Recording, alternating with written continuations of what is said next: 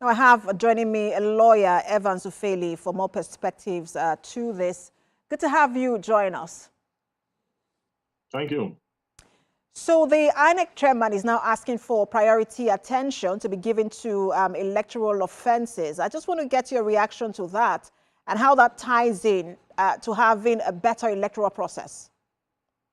Yeah, I think I agree with him because the same priority given to the cases that determines the outcome of those elections, where the courts have to sit 180 days and determine all those matters, and a fixed time on appeal to determine who have won or lost election. That same grace should be extended to offenders during elections because it's the same election. We cannot just cherry pick one angle and leave the rest.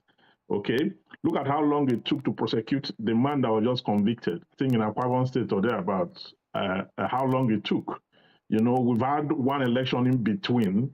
That offense was committed an election a cycle ago before he got that conviction after so many years.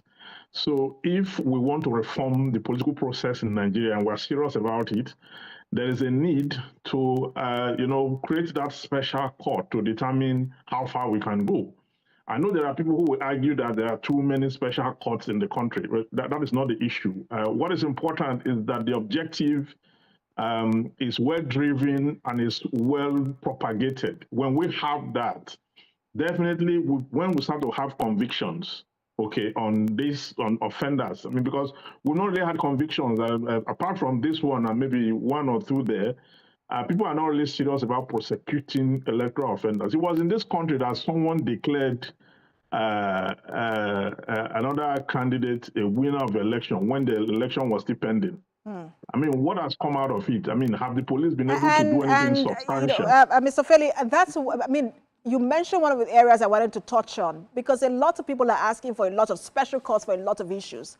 Then we called for special courts on corruption and other issues. And people say, look, instead of just establishing special courts, doesn't that show that our justice system or judiciary system has a challenge in terms of how quick it can dispense justice? And perhaps that should be the focus and not necessarily the establishment of special courts.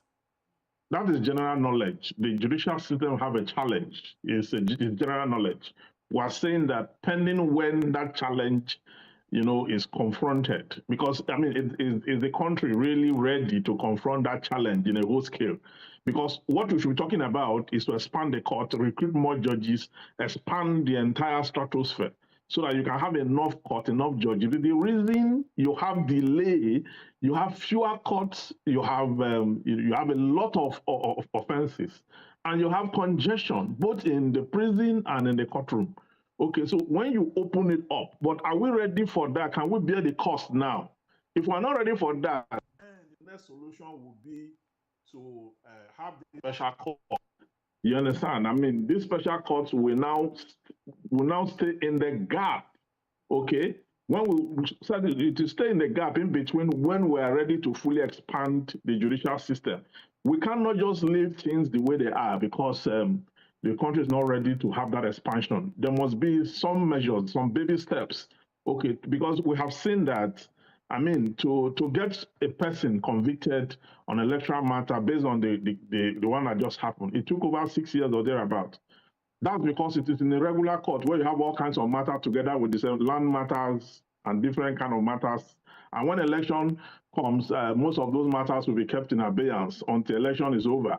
So, but if the same tribunals that determine these cases, okay, that determines who have lost and won election, they should continue once they are done with the electoral matters on who have won and who have lost. They should continue to prosecute the criminal outcome of the same election in the same breath, okay, as special courts and bring them before the wind up. Thank you so much for your time. The issue of the time frame is one that a lot of people will be excited about. Always a pleasure to have you on, lawyer Ufeli. Thank you. All right, let's now turn our attention to other stories. Today made it 5 days of blackout in Kaduna, Zamfara, Sokoto, and Kebbi states following the